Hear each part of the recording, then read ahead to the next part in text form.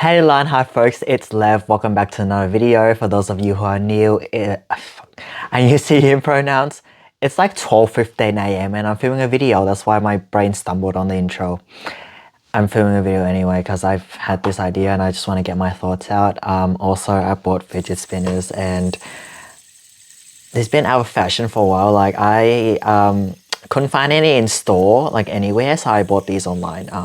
I bought a bundle of 5, so bringing back fidget spinners because there's a nice like sensory thing, and I fiddle and then I just start spinning these and I just imagine they're like a Beyblade.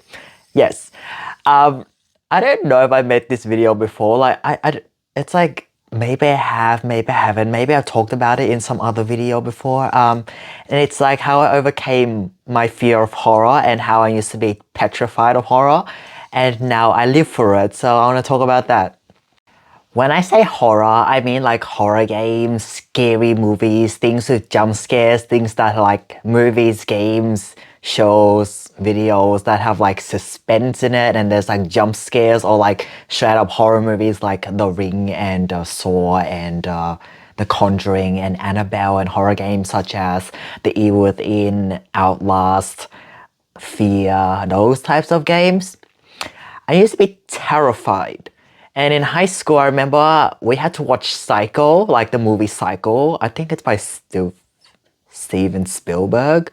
I think that's the director. Psycho, that movie. I was so scared, and there's that infamous shower scene where she dies. And I was so scared. Like throughout the whole movie, I was like in the classroom, I was doing this, and I couldn't like watch a lot of it. Because I was just constantly anticipating jump scares, and then that scared me even more. So, and whenever I like saw like a horror scene or jump scare like that, it would activate my nervous system so much. Like I would be scared for weeks afterwards and I wouldn't be able to sleep. I would just be, my nerves would be so active and I'll think like I'm going to die, and I just get very paranoid in a way that someone is going to come and kill me. So that was back then. Now I live for horror. I love horror games. I love horror movies. I always keep an eye out for horror movies in cinemas and on Netflix. And yeah.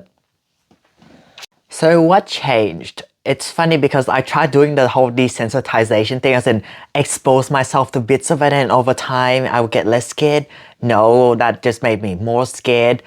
And then my dad said to me one day, like, you know martial arts, right? Why are you scared of like horror stuff? And I don't know what it was about that line. Like, it just clicked in my subconscious. And then like, I've not been scared since that day. I'm not saying I don't feel fear. I'm not saying I don't get jump scared. But whenever I jump scared, like I do like jump like that sometimes when I play like things like Outlast. But I don't ruminate on it for days or months. I can go to sleep. It doesn't debilitate me. It doesn't incapacitate me. Say if I go watch Conjuring or I watch Annabelle and then I go to sleep, I can sleep normally. I can go about my day or night normally. I'm not constantly on lookout for thinking someone's going to kill me, or that some scary thing's just gonna pop out in front of me and stuff like that. I mean, that crosses my mind, but I'm not gonna, like, it's not debilitating, as in it's not I watch a horror movie and then I can't function. It's not like that anymore. I jump and I feel the physiological like tension when it happens, or when I'm playing a horror game and there's a lot of suspense, like Outlast 2. I'm playing Outlast 2 at the moment. It's a game where my survival strategy is to hide or to run. There is no weapons, like I can't defend myself, I can't fight the enemies, I only run or hide. And I think that's what makes the game like even more scary compared to games like Resident Evil Village or The Evil Within, all great games by the way, is that in The Evil Within and the Evil Within and Resident Evil, there are enemies, yes, there are scary monsters, yes, but I can fight them, as in I have weapons and I can, inflict harm on the enemy. In Outlast, I'm like screwed. I only run or hide. And that just adds this next level element of horror. And I do jump. Where's my point? I completely forgot my point. Yes, after I play horror games or watch a horror movie, I don't get incapacitated by it. And even if I'm playing a horror game like Outlast 2, and I do get jump scared and there is tension inside and stress inside, like physiologically, because I'm playing a horror game, it goes back to normal really quickly, as in there's no aftermath to it. It's not like I play the game and then 1 month later, for the next month, I'm like worried and still in that state of tension and fear. Like it doesn't, it's not prolonged. Like it lasts during the experience whenever it happens, and then it goes back. My system goes back to normal really quickly. That's a really big difference now compared to back then. I also think what changed is like in the psychological aspect, not being so incapacitated by it, it tames my nervous system more, because psychologically, if I'm freaking out, right, and my body's in a state of like stress and tension and like fight or flight per se, then it just keeps going. It's like I'm living in this constant cycle of fear. My body's in living on this constant cycle of nervous system activation and stress and preparing to fight someone or running away and just living in this constant state of anxiety and tension. And then my mind's in this constant state of anxiety and tension. And then the two coupled together, I'm just in a world of anxiety and tension and fear constantly. I think it also didn't help that I was also experiencing really bad anxiety at the time and before I overcame horror. So that didn't help either. But yeah, essentially I was living in a constant state of stress. Like hypothetically speaking, right? If like the Ring Girl or like Annabelle or like The Exorcist, or my door randomly opens, or some unseeable entity appears right here out of nowhere, I would jump. I'm not saying I'm immune to jump scares. I'm not saying I'm immune to feeling fear, but it doesn't incapacitate me to the point of being unable to function and being unable to act. And I think that's where the line, how the fight comes in, because I do get, like when I was training Taekwondo and I was sparring and stuff, like I was put under stress. Like my body was also put under stress. I'm being hit. I'm like kicking people, and I'm also being hit. And I've like been hit before in sparring. So it's not like if I get hit, it's not like the first time I've received like physical impact on my body, like being hit. And I'm not talking about abuse, by the way. I'm talking about sparring in Taekwondo. Yeah, so the only like characters, there are some characters that I would be scared of if they were like real, such as like the Texas Chainsaw Massacre guy, because he has a chainsaw. The Scream guy, because he always has a knife and stabs people. And like horror scary characters that possess some sort of weapon, just like someone in real life would carry a weapon and go threaten people with it. It would be the same for scary characters who have weapons, like the Scream guy and the chainsaw guy and stuff like that, because they have weapons and I don't have anything on me. So if I were to be in a fight with them, it would be a lot more deadly for me because they have weapons and I don't. Another thought is like in horror movies, right?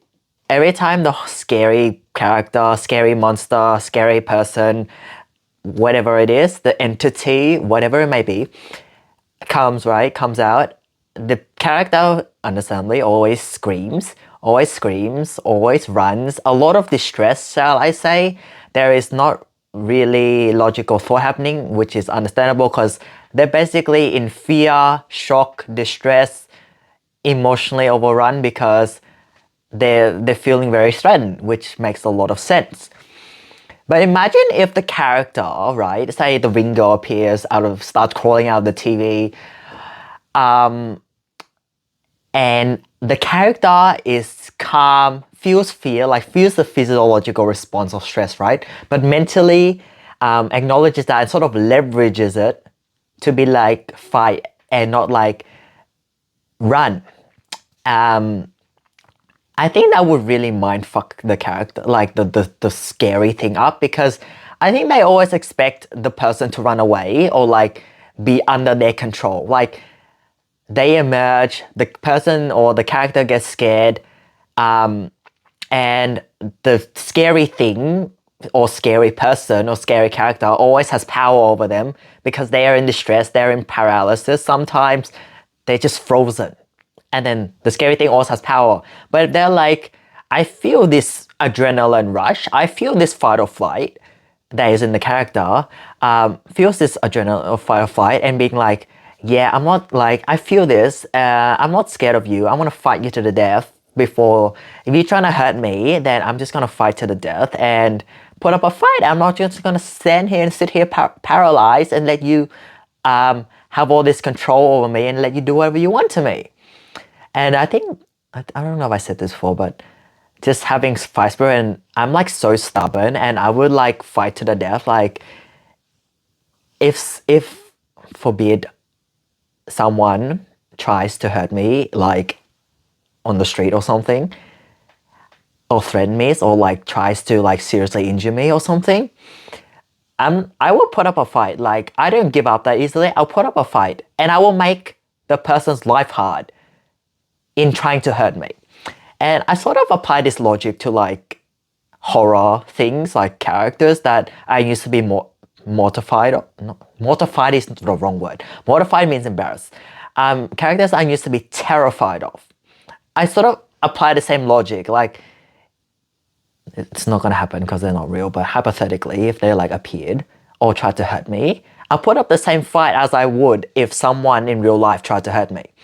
And that brings me reassurance in a way, and I think that's also another reason I'm not scared of them or it anymore, is because I will put up a fight. I know I'll put up a fight, and I will make their life hard. And yeah, essentially, if the character sees this scary thing and is like, "Come at me, bro," it will completely mindfuck the scary thing because it doesn't, or they don't expect it. They don't expect that response, and they're like, "Oh shit!" Like that would be funny.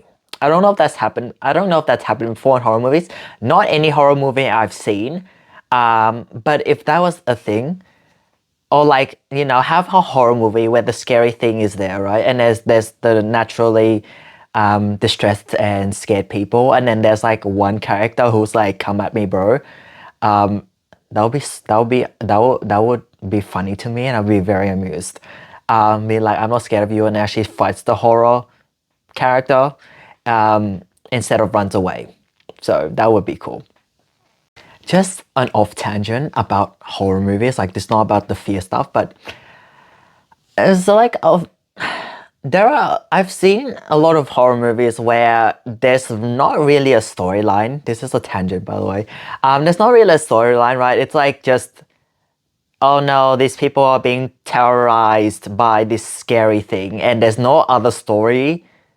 There's no like extra stuff to it. It's just a bunch of people being terrorized by this thing or this character, and there's no bigger story to it. It's just like, okay, like I started watching, like I watched like half of Annabelle Creations, and then I got really bored of it because the only thing I've seen is like a girl being terrorized by the Annabelle doll, and she's the only one who experiences this terror from this Annabelle doll, and I got really bored, so I didn't actually finish the movie. I'm like, you gotta like have more to the story than just some character being terrorized. I mean, that's a concept, but take it and like build on it, or add some new stuff to it. Don't just take the, oh no, people are being scared thing and just leave it like that. I'm like, that's just boring. I do like Smile though. This is a different. I really like Smile. Like if I like Smile, and I recently watched Malignant. So like horror movie combined with psychological elements like that, it's just right in my alley because I'm a psych nerd plus I love horror movies. So if it's like psych thriller plus horror merged and it's done well, then I like absolutely like devour these movies. Yeah, I don't really have anything else to add to this video. In summary, I overcame a fear of horror because my dad mentioned one line and clicked in my subconscious that I know how to fight, and he said, "Why are you scared? Because you know how to fight." And then I clicked in my subconscious, and then triggered. I set off some sort of reaction in my brain, and then I was not scared of horror ever since then, which is very interesting because there's the fight element and knowing how to fight and willing to put up a fight and not letting this scary thing basically do whatever it wants to me and terrorize me without me putting up a fight. So yeah, thanks for watching, folks. A sort of different kind of video today, but I hope you enjoyed. I'm gonna go to sleep now because I'm getting really tired. Thanks for watching, folks, and I will see you in the next video.